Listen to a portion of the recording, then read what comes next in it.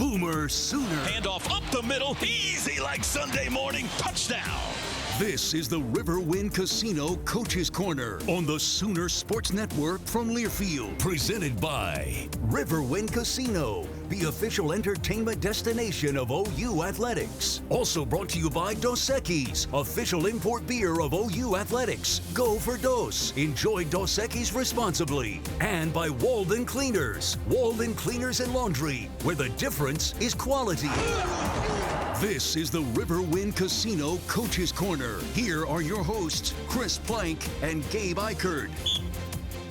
Welcome inside the Coach's Corner, presented by Riverwind, the official entertainment partner of OU Athletics. Along with Gabe Ikard, I'm Chris Plank, and welcome in OU running backs coach, Sooner legend DeMarco Murray. What's up, Coach? How are you? As we tape on this Thursday. Yeah, really good. It's a little Counting chilly down. out, but it's good. Gonna get cold on Saturday night too. Fall is here. Fall's officially here. I don't mind it. Pumpkin spice guy or no? You leave that? I'm not a big pumpkin spice guy. My neither. wife is, but I'm not. Figured as much. I find it wildly overrated. Me too. Do you have daughters? I have one daughter. Okay, One daughter, one son. Okay, She's so 12. Yep. 12. Yep. Just warning. 17-year-old daughter, that's where all the money goes. 11-year-old daughter, that's where all the money Yeah. goes. Oh, yeah. To the pumpkin spice. Pumpkin spice, baby. Yeah. Oh, And yeah. they're trying to buy it in July. So, but listen, Okay. we got football to talk about. Coach, first of all, again, as we tape on Thursday, you've long put Ole Miss in the rear view, but just some general thoughts on how you felt like that offense and your running backs performed. Yeah, it was a tough one, obviously, to swallow. Obviously, it didn't end the way that we wanted it to. Felt like we left some plays out there offensively and as a staff. So, again, we always got to look at it in the mirror first and foremost. So, but overall, I thought our guys played extremely hard. Thought they strained. Really good team, Ole Miss was, and, again, coached well. But, again, they deserved the win, obviously, making the plays. And, we didn't. So, again, got to learn from it as usual. And, again, win or loss, you always got to learn and keep things in perspective. But, again, I feel great about our group of guys and who we are and the leaders we have. So, got to go back to work. Now, it was a tough, disappointing loss to Ole Miss, but the bright spot of maybe the entire game was Xavier Robinson and what he did, especially in the second half, brought that place alive with the 65-yard touchdown run. Just what have you seen from X that set him up to have that success that he had out there against Ole Miss? Yeah, Xavier is just a really good football player. Again, you talk about a guy who missed all of camp and, again, tried to get him going early throughout the season. But, again, battled some injuries. But, again, he's finally starting to get a little healthy and still not quite healthy. But, again, extremely tremendous player, great person that, he's about the right stuff. A guy that's detailed, a guy that, is obviously versatile in the passing game, run game, and again, he's a heavy load to bring down. So again, to see him have that success, loved it.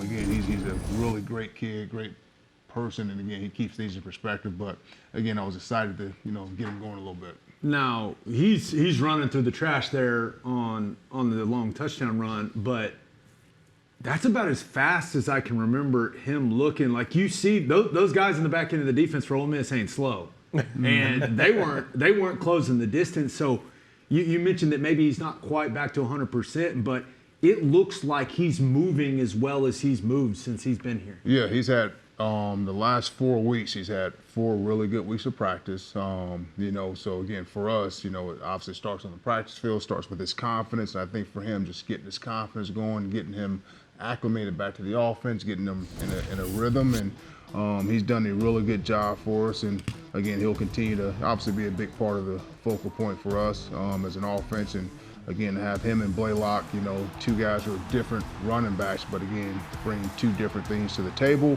I think they complement each other and they play well together. With that in mind, having these 2 guys that look to be your 2 main backs, how big of an advantage do you think that they are different styles of players? Is that something that you were always considering as the running backs coach, like to have different types of players back there to where maybe the defense has to play them differently? Yeah, I mean, the number one thing is you want a tough back. This is a conference that, hey, you got to go in there and get 1s and 2s and another 1, another 2, then, maybe a 4 or 5, and then, hopefully the big one breaks, So This is the NFL. You're not going to have 65-yard runs all the time. You're not going to average 7, 8 yards a carry all the time. But you got to be okay with, going back to back with some 3s and 4s. And I think, over the last couple of weeks, we've seen the running game get going a little bit. And again, we've had some patience with it. And you got to have patience with it. So with Torrey being obviously a speed guy, but also a tough physical guy who can run up in there as well. Want to see him get on the perimeter a little bit more than obviously Xavier. A guy between the tackles who it's hard to have one guy bring him down. So I think they complement each other very well. But again, like to have 2 different types of backs, and I think these guys are definitely different.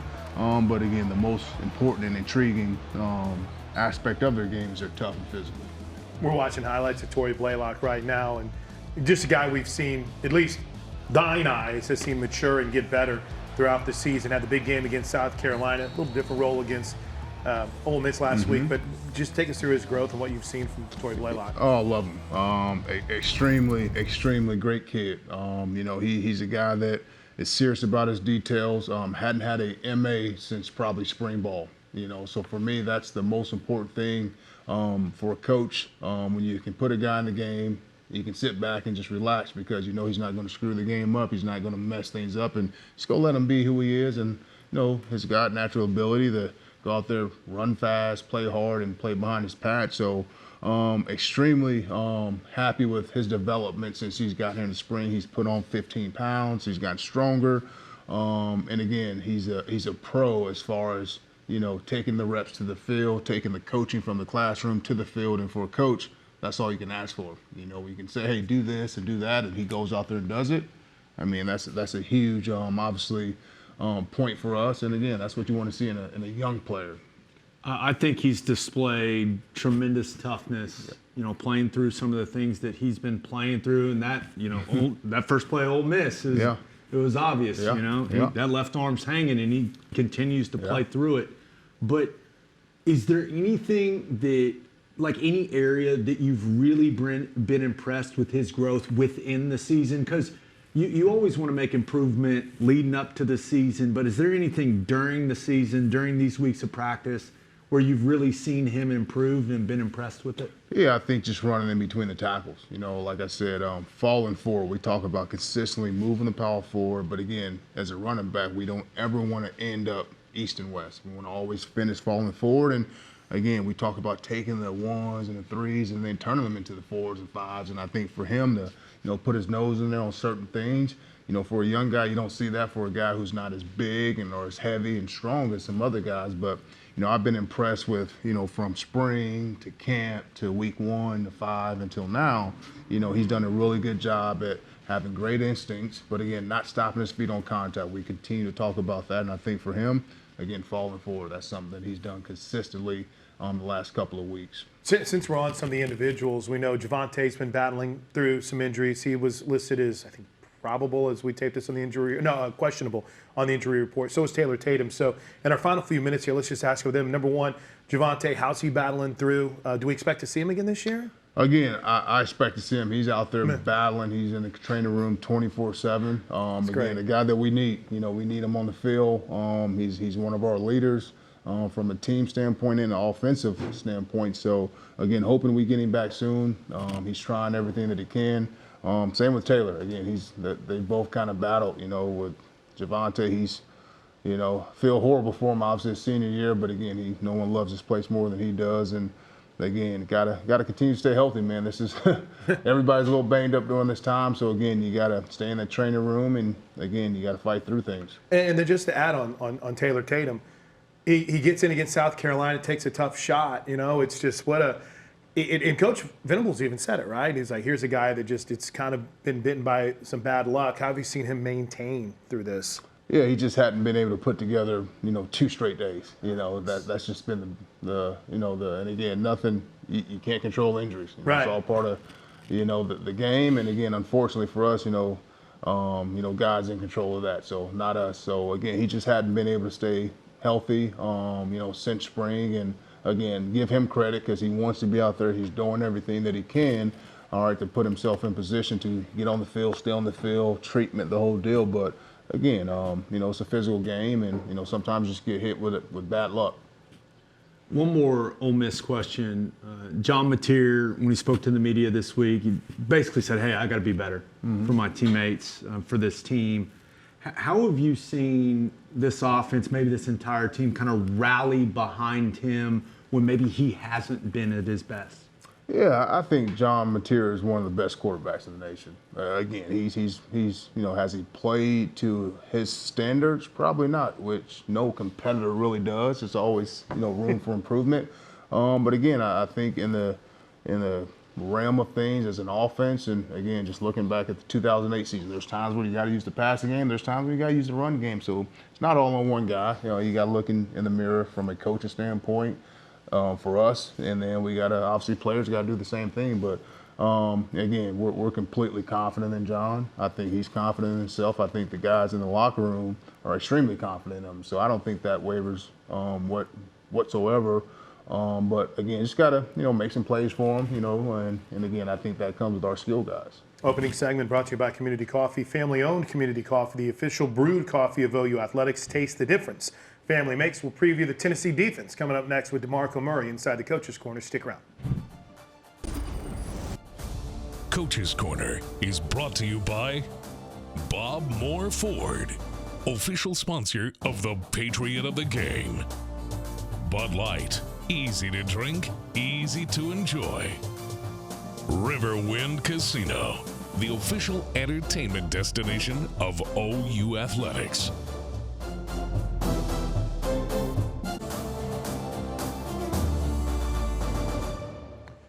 All right, next up is a preview of Tennessee as we hang out with DeMarco Murray, and it's brought to you by Air Comfort Solutions, your total home solution for plumbing, heating, air conditioning, and electrical.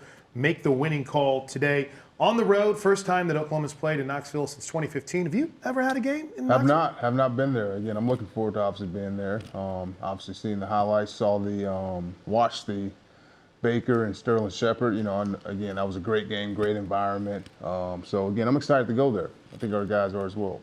Fun. What the environment's supposed to be as good as there is in college football there. Besides, obviously, Oklahoma. Of course. If it's anything like the third quarter against Ole Miss. It will be good. It'll be good. But going to be a difficult place to play. Huge stadium at night. They're doing the dark mode thing. What has the conversation been like for you guys about handling that environment?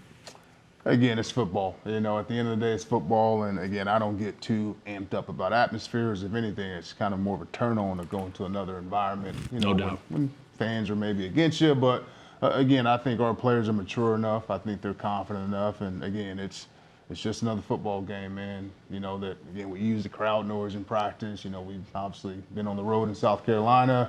Obviously the OU Texas game. So again, I think our guys are mature enough to handle it. But again, it's another game. Got to go be detailed. Got to go play your game. And at the end of the day, you got to be the most physical team. It's a good team.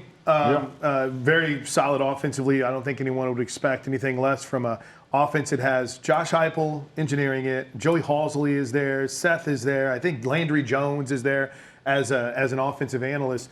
But defensively, Coach, what have you seen from this Volunteer team? Yeah, really good team. Again, obviously they've had a couple injuries, but again, a team that's aggressive, fly around. Again, they're extremely athletic. Again, I think their front seven is probably the strength of the team. I know they've been banged up a little bit in the back end, but again, multiple pressures as far as third down. So again, we got to be able to handle the heat, gash the heat, and again, our communication in this game, especially on third downs, will be vital for us. And again, I think we're ready. I think our guys are prepared. But again, a really good defense that they try to create havoc up front. But again, I'm confident in our offensive line and our scheme. You can see with some of these highlights we're looking at, they have done a good job of forcing turnovers, and they've scored quite a few touchdowns on defense. How important is it going to be that you guys cherish the ball offensively and win the turnover margin in this one? Yeah, more than ever. This is a game where obviously they lead the SEC in fumble recoveries, turnovers. They're in the top of that as well. But again, we have to take care of the ball. That's number one. With any game you play, obviously, especially this one, being on the road and hostile environment that some would call. But you got to take care of the ball. Number one, got to protect the quarterback, and again, we got to make plays when the opportunity presents itself. I saw stat. Tennessee, I think, leads the Power 4 leagues in missed tackles. So whenever you know that that's been a struggle for a defense, is there a coaching point for your backs or anything? And whenever you're preparing for a team that's maybe struggled a little bit when it comes to tackling, or is that just a terrible question? I love it. Great question, Chris. I don't know. That's a good question. Again, no, those things are obviously talked about again for us. And again, there's certain times where running backs try to, do too much when you hear a stat like that or things of that nature as far as stopping your feet, trying to make the big play happen instead of, again, running backs is 85-90% reactionary. You got to use your instincts. You got to trust it. Again, just do what you guys have been doing all season. Play fast. Don't stop your feet. All right, and again, if you do happen to get contact, keep those feet going and make a guy miss, and fall forward all the time. You touched on it a little bit, but looking at what they get to defensively in third down, the 6-up looks, the 7-up look, that's kind of their go-to. Yeah. How important is it going to be for you guys in the offensive line to communicate, get on the same page, especially with all the noise that's going to be going on in that stadium? Yeah, it's very important. Again, just looking at them, studying them, they've always had a blitz of the week. And again, most games there's something that shows up that didn't show up the previous week. So they're going to do something that maybe we struggle with or we've had a problem with picking up in the past. So one, our rules are intact and our rules will handle everything that they could throw at us. So again, our guys are, they're prepared. We've worked on a lot of different looks and again, communication, detail, and again, just making sure that we're all on the same page is important. And again, we got a really good offensive line, obviously really good offensive line coach, and we feel good about our players going into this environment. I feel like we talked about this last year, but you've coached against guys you played with, guys that are alive. Is it ever weird for you when you look across the other way and you see Sooners, or is it just part of the game now? The only Sooners I see is on our side, unfortunately. Okay. I don't do all the before and after all that. I don't. Yeah, that's probably not a good thing, but I ain't doing all that. It's just how it has to be, man. So it's just how it has to be. It's not bad. I'll see them in the offseason. Yeah, I'm not saying it's a bad thing at all. Where a couple of non-running back questions here for you. John Mateer as a runner. I know you and Gabe talked about it a little bit in our first segment, but seems as if he's in the process of getting back to where he was early. How have you seen him progress as a runner when you see John Mateer run the football? Again, he's an extremely electric runner. He can do it all, man. And again, I think for him, just got to always, like I talked about with the running game, you got to just get north and south. This is a game of it's hard to have these holes, big open holes, and hard to sustain that kind of stuff. So when you see a crease, you see a daylight, you got to take it. And again, the 3s and the 4s and 5s, they'll eventually turn to 6s and 12s and 20s and 30s, hopefully. But again, I think for him, he's a really good player. That again, he hadn't been able to do that in practice, the last couple of weeks with his thumb. So I think, we're starting to get him back a little bit more, getting him in certain situations. So I think he'll be fine. Now, you handle the punt returners. Yeah. You're always on the sideline working with those guys, and Isaiah Satania has been that guy for us, and he has been really effective. Now, of course, the big turnover in the Ole Miss game. How do you make sure that Isaiah continues to be confident, continues to be aggressive in those situations, even when, that was a huge play in that game? I mean, that's why he's back there, because he's aggressive, he's confident, and again, that's what you want back there. Try to make a play. My biggest thing is you never want to leave your feet, because when you leave your feet or spin, the ball just tends to get a little loose from your body. So, again, sometimes in the heat of the moment, those things happen. But again, we hadn't lost any confidence in Santana. Extremely, really good player. Again, he's been damn near 100% besides obviously that turnover. But again, obviously we got to block better too. You got to make sure that guys are blocked and had it up. But ultimately, we got to just keep getting better, and again, got to have the ball high and tight. Yeah, that's what I learned on Monday night at the coaches show. Whenever Coach Venables was like, the guy that caused the fumble, we should have still been blocking him, right? Yeah. You got A few too many guys standing and watching on that play for me. But it's all part of it. All right, one final thought. I do want to talk about the offensive line and seeing it come together.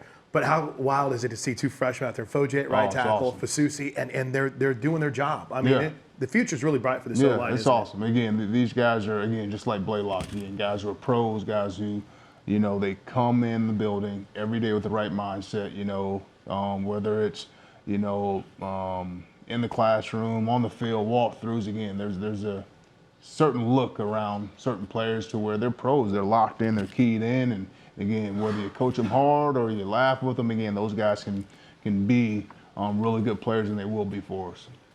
Couple of young cornerstones on the offensive line and a couple of young backs.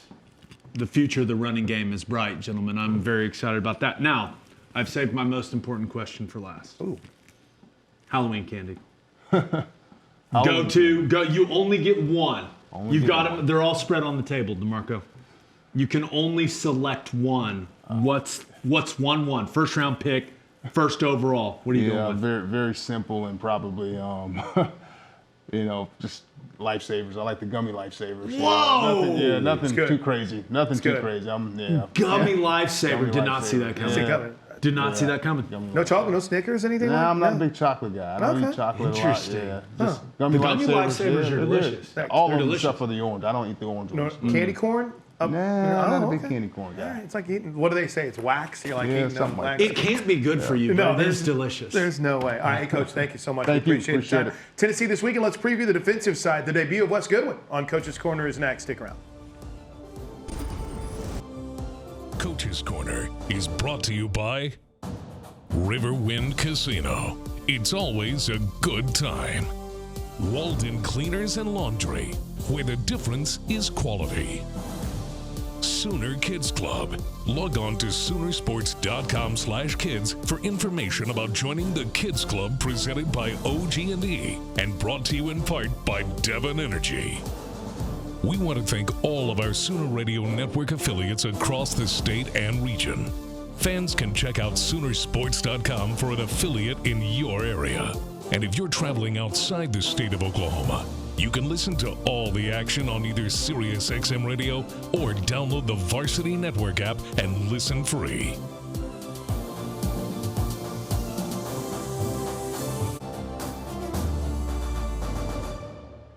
All right, welcome back inside the Coach's Corner along with Gabe Eichert. I'm Chris Plank. The segment's brought to you by Riverwind Casino, the official entertainment partner of OU Athletics. Please welcome in one of the newest members of the OU coaching staff. Wes Goodwin joins us. What's up, Coach? Welcome. Thank you guys for having me. Yeah, man. Jacob Maloney, who probably someone we should have on Coach's Corner at some point. He's Yeah, pretty most awesome, dude. definitely. He'll bring the air horn. He'll bring the air horn, let you know. Jacob went in and was like, Coach, you got Coach's Corner. And I would imagine the reaction was, well, what's that mean? But we are excited to talk to you because you made a difference with the job you've done with Katie and that cheetah room. It looks incredible. But we want to learn about you. First of all, welcome to Norman. Thank you. It finally got here in the spring. But what's kind of been the process for you? You understand the defense. You coached under Coach Venables for a long time. What's it been like for you moving here to Oklahoma? Yeah, it's been great. You know, my family got out here after school, got out in South Carolina, so they've enjoyed it. But great to be back with Coach V and a lot of these guys on the defensive staff I've known since Clemson. So it's been a great time, a lot of fun, and we've enjoyed it. What has it been like? You mentioned the other guys on the staff. You guys have a bunch of guys that have been coordinators. You know, a bunch of guys that have, seen a lot in your careers. What's it been like collaborating with everyone on this defensive staff? It's been unbelievable. Like, I think Coach V made the comment last year, this is last week, the best defensive staff he's been a part of. And I totally agree with that. Our front guys with Miguel and Todd, I mean, they're tremendous at their craft. And then B. Hall, I got as much respect for him as anybody in this profession, just a rock solid guy. And then Jay and Nate as well. Man, it's just unbelievable the amount of knowledge collectively in that room. I'm sure it never leads to any arguments. No, not at all. Or any heated discussions. No, none at all. So. Bunch of alphas. I'm curious. So you were with Coach Venables at Clemson, and now seeing him call defenses as a head coach at Oklahoma. Have you seen a shift? Have you seen anything different in the way maybe the sole focus was defense at Clemson? Now you're like running a squad. What's been different that you've been able to tell about Coach? Yeah, I mean, I think that the biggest thing, him having the head coaching responsibility is in between series, he has to rely upon us to make all the adjustments, whereas being the coordinator, he's fully involved in that. But just, I think he's probably a little more mild-mannered than he was at Doesn't the need to get that, Coach. Yeah, definitely. But yeah, I mean, he fully trusts us to make the adjustments, and we're always in constant communication with him. But so just seeing him, you know, wear the hat of making all the decisions and stuff, to answer your question. That's cool. Looking at the collaboration for your guys and the other guys in the back of the defense, Venables has talked quite a bit about you guys meeting as a back seven. How valuable do you think those meetings are, and what type of advantage do you think that gives you guys defensively, having all those guys on the same page? Yeah, I mean, I think it's very important in today's world. Nobody just lines up in static formations hardly anymore. Every play there's a motion adjustment, shift, and so it's extremely important that the back seven, you know, understands the whole how everything fits together, and just the linebackers knowing what the safety's being taught here. Same thing, corners, safeties, the communication there. It's just extremely important to have that chemistry and cohesion amongst the back seven. Right, and then I would add too, you mentioned a lot of guys who have coached together, a lot of guys who have been defensive coordinator, so there is a very solid understanding of not only the defense, but also like everyone's responsibility. How has that helped everyone to do the best job they can with such a vast understanding of this defense and what it's all about? Yeah, I mean, I think the biggest thing that's made it be so successful so far up to this point in the season, just everyone has comes in selfless, no egos, everyone's pulling in the same direction, you know, with all the experience and stuff, and then just, you know, everyone wants to make OU successful, so putting our egos aside and coming to an agreement, you know, we all hash out, you know, what the strengths and weaknesses of all the calls that we're putting in and stuff, and then once we come to a conclusion on how we're going to do something, everyone is pulling in the same direction. Everyone's teaching the same things on how Coach V wants it done, and so just it's been amazing to see so far. I've got kind of one more big picture question for you. Coaching in the SEC, what has this experience been like for you? I know it's a new university, it's a new role for you. You've been a coordinator, but what has it been like coaching in this conference so far? Yeah, it's been amazing. You know, I started as a student assistant and a graduate assistant at Mississippi State, and I grew up in Alabama, so this conference has been near and dear to me for my entire lifetime. So it's been a dream come true to be back in this league. Just the physicality, you know, just top to bottom, week in, week out. You know, anybody can win. It's very comparable to being back in the NFL, where on any given Saturday, you know, any team can win. So it truly is a one-possession league. You don't have to play perfect week in and week out, but you have to play well to win in this league. It's always going to come down to situational football before the half, in the game, 2-minute situations, so forth and so on. It seems like it's always a one-score game, and just I love being back in this league. You know, there's a lot of great stadiums to go play at. Obviously, going to Tennessee this week, Alabama coming up, but just the parity in this league and the physicality, everything's based off the run game. You know, just it's been a dream come true being back in this league. And I think the thing that stands out now is like Vanderbilt's good. Yeah. Mark Stoops has done a great job with Kentucky. Yep. Like Levy's got Mississippi State playing way better ball. Like there's no gimmies in this no league easy anymore. outs anywhere. It's just you're right. It's playoff football every week. It feels like a mini version of the NFL. Yeah, and you know, always talk about 3 to 5 plays make or break a game, and you just never know when it's going to happen, and it's like that every week. And what's even more frustrating, I'm sure, is coaches. And, you know, Coach Venables' line, and one that I like, if I was a coach, it would drive me crazy. It's like if they do it on the field, it means they were coached to do them. You're like, no. But it's usually, you know, he talked about one play where a guy looked peeked inside, and he stays outside. What I'm trying to point out and spit out is that margin of error, Coach. It's so thin. I mean, it is. I don't know. It probably puts more of a grind on the coach in the preparation than we could ever even fathom as fans, right? Yeah, for sure. You know, it's playoff football every week. Every week's the biggest game of the year. Yeah. Hey, before we grab a break, I did want to ask. You started at Mississippi State. Sylvester Croom, right? Was he the Yep. head coach there? He was. Sylvester Croom. What a legend, man. What was it like working under him? Amazing. You Really? know, he called me last Thursday before the Ole Miss game, just checking in on me. But, you know, legendary player at Alabama. Yeah. Had a great run as an assistant, obviously head coach at Mississippi State. But there's no one better in this profession. It's unreal. It's unreal. That's cool. All right, listen, before we grab our break, we want to talk about your star. And the guy, why I say your star, we've seen a couple guys shine in that cheetah position. The development, the maturation, and now probably the NFL future for Kendall Daniels. Where have you seen, what do we call him, K5? Where have you seen his biggest Call him whatever growth? you want. Right. That makes plays. Dude makes plays. I mean, we kind of arrived on the scene at the same time. Obviously, him being a transfer and me coming in February, but just kind of cool to see him find his place in the locker room and just, you know, the guys welcomed him here, and just kind of cool to see him grow into a leadership role. You know, always has a smile on his face, great young man with high character, and just brings it every day. You know, he's the same guy day in, day out, very consistent, plays with a high motor, a lot of energy, and always in tune on the sidelines for the adjustments, and just his growth has been really good. I believe his best football is ahead of him. You know, I wish I could have seen him play in this system 3-4 years.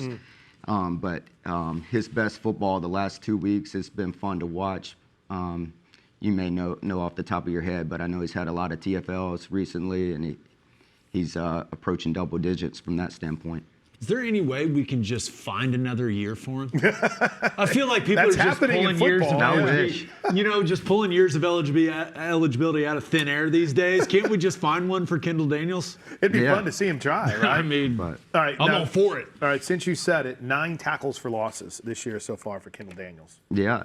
Not bad. So, Not bad at all. and he'd for have had nickel. 10, but I think the South Carolina game, they took one away and gave it to somebody else. That's right. So, That's right. And if that dude catches That's the Miguel's ball fault. on the coffee house Yeah. blitz, I mean, Definitely. that's another one there. All right, we'll grab our break. Let's preview Tennessee. Talk more about the Sooner defense with OU's defensive assistant, Cheetahs coach Wes Goodwin. Stick around. You're inside the Coach's Corner. Coach's Corner is brought to you by Dos Equis, the official import beer of OU Athletics. Go for Dos. Enjoy Dos Equis responsibly. OU's 2025 football games are available on Ritmo 96.5 FM in Oklahoma City and 101.5 FM El Patron in Tulsa, as well as on these stations' websites. Each OU Spanish broadcast will feature a 30-minute pregame show and a 15-minute postgame show.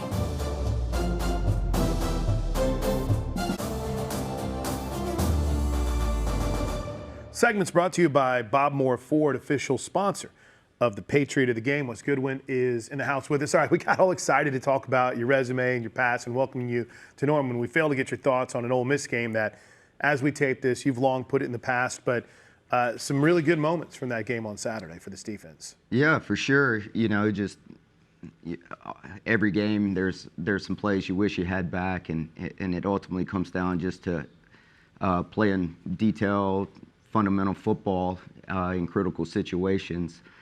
You know, as we talked about, it's a one-possession league, and you know, there's a lot of good on tape. We did a lot of good things, created 14 negative plays. I've never been around a defense that's been this snake bitten by not being able to create turnovers. So that's something that we have to get fixed on this back end of the season. But I thought we were very physical on Saturday. Guys were flying around. But just a couple plays, you know, for whatever reason, Ole Miss executed at a higher level in the moment than we did. And I always say you got to beat elite offenses with elite precision and execution. And you know, that's what it's going to take this second half of the season for us to play really well on defense. So, Coach, I was an offensive guy, but what's the conversation like when Trinidad Chambliss just throws a perfect ball? You guys are playing it. You're in great position in coverage, and he just puts it the only spot it can be, and his guy makes a play. Like, is it just one of those situations where you go, Yeah, guys, tip it your hat happens. and Yeah, move it on. happens. Yeah. Yeah. You know, when He had a bunch of those. He was He was really, really impressive. Definitely, when you play at this level, you know they're going to make plays too. I was also really impressed. We've shown the highlight a couple of times. I had not heard the term coffee house blitz before. And then Kendall Daniels told us afterwards that you guys sneaky backers. You guys put that in late in the week. Take us through that and how well it was executed. Nearly almost picked it off. Yeah, you know, the first time I ever heard that term was at Arizona with the Cardinals, and I know it's an old NFL term, so I've never been able to hear how it originated. I'm always curious how those terms originate. I don't know the origins. I don't know if it's like, I can't tell you if it's like a Parcells or like what tree it comes from, but the way that it was explained to me was it's called coffee house because you're just sitting there, you're hanging out at the coffee house, and boom, here I come. They try to lull you to sleep. Those tricky backers, I'm telling you. They try to get you. He executed it well. But I don't know the origin of it. That's a great question. We should find out. I'll try to find out for you. Sounds I'll great. try to tell you on Saturday. How about that? What was the key to making that so successful for him? Yeah, you know, I think just because he was in a coffee house technique, you know, he delayed and he felt the pullers go out for the screen, and he just naturally read out and was flat down the line and created a big play in the moment. Good film study on that front to identify what was going on? That's instincts, man. Yeah, definitely. Instincts? But just instincts, you know, reacting. That is one of the more high IQ plays we've had on either side of the ball all season long, in my opinion, because you know how excited he is. Like, oh, I'm coming, here I come. I'm gonna make him think that I'm not coming, here I come. And to bail on that and recognize the screen, I really think that's one of the highest IQ plays we've had all year. Yeah, for sure. Yeah, listen, we talked about Kendall Daniels, so before we dive into a little bit of a preview on Tennessee, let's talk about the other guy you've worked with in that room quite a bit that had a great spring and it's translated into a great fall, his first full year as a contributor for the Sooners, and Reggie Powers. Take us through his growth. Yeah, it's been cool to see. He's made major strides in his game since spring ball and just technique and fundamentals, but he shows up every day with the right mindset. You know, and just wants to work at his craft on a daily basis. He's always in the film room late at night. After practice, he's coming in and getting all the comments and notes. But just shows up with the right attitude, right frame of mind every day. And he's a worker, grinder, very consistent. I think he's a physical player, and he's gained more confidence as the season has went on, and just his best ball is ahead of us in the second half of the year. Now, how do you handle the differences between Kendall Daniels and Reggie Powers? Because they're different types of players, right? They're playing the same position, but they've got different strengths, different weaknesses, they're different body types. Like, how do you handle those differences? Yeah, you know, K5's obviously the starter, and we use him against all personnel groupings. So, but just kind of on a rotational basis, you know, Reggie's earned the right to get some of the playing time as well. But certain situations where they're in a 12 personnel, 2 tight end set, we may want to go with the bigger body, or it may be third down. We're trying to get more speed on the field. Maybe we go with Reggie and move K5 inside, or matchup purposes. So.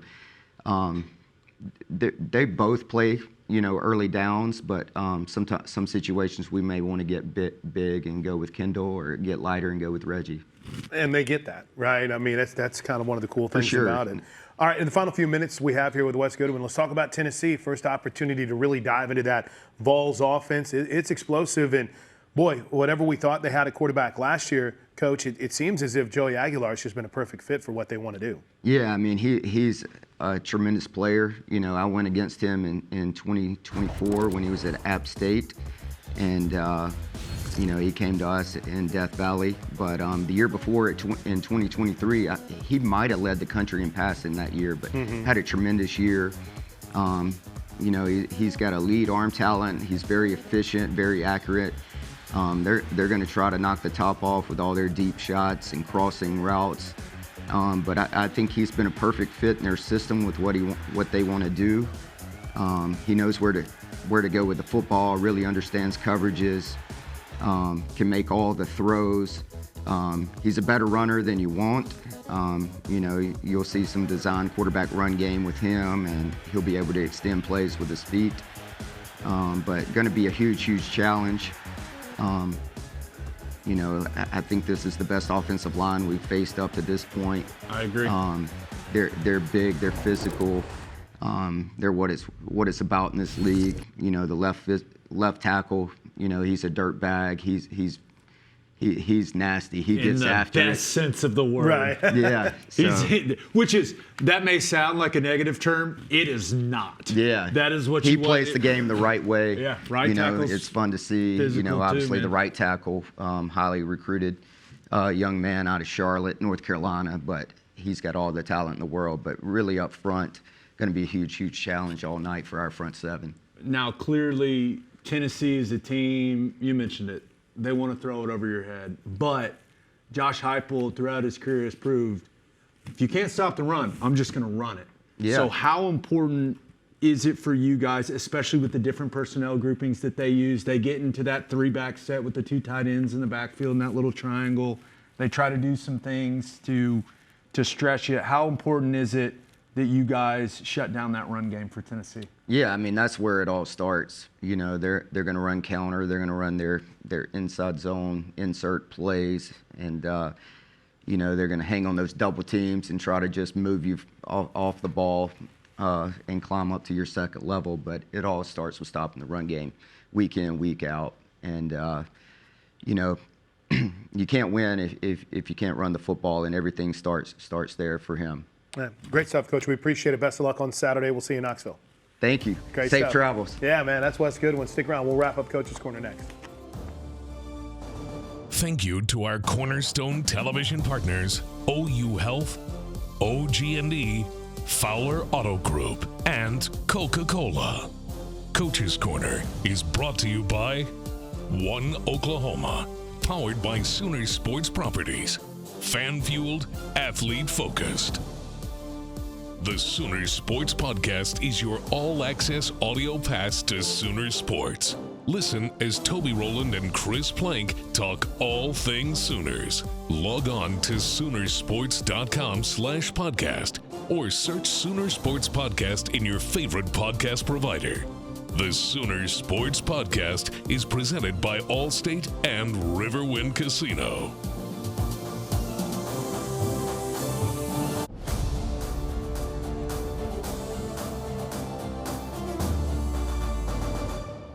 All right, the final segment is being brought to you by Warren Cat, proud sponsor of Sooner Athletics. So let's break down, shall we, the Tennessee Volunteers as the Sooners hit the road, headed to Rocky Top to take on the Volunteers. 6-2 overall for Tennessee, 3-2 in the SEC. Our opponent preview, as always, is brought to you by One Oklahoma, powered by Sooner Sports Properties, fan-field, athlete-focused. Gabe Ikard, what's the key? Good football team. I think the number one key for OU is to handle the environment. I'm told it's going to be crazy. Can confirm. I'm told that it gets a little weird there Halloween week as well. But I think sustaining drives offensively, getting off to a fast start to hopefully take that crowd out of the game a little bit. But you want to reduce possessions in this game, in my opinion. Because if it gets into a shootout, that feels like that favors Tennessee a little bit with how explosive they can be offensively. But sustained drives, and you have to win the turnover battle. Absolutely. First and only night game this year for Tennessee. For Gabe Ikard, for our producer Dan, for Wes and DeMarco, I'm Chris Plank. Enjoy game day. We'll see you next week. Boomer Sooner, everybody. This has been the Riverwind Casino Coach's Corner, presented by Riverwind Casino. Always a good time. The preceding has been a Learfield presentation on the Sooner Sports Network.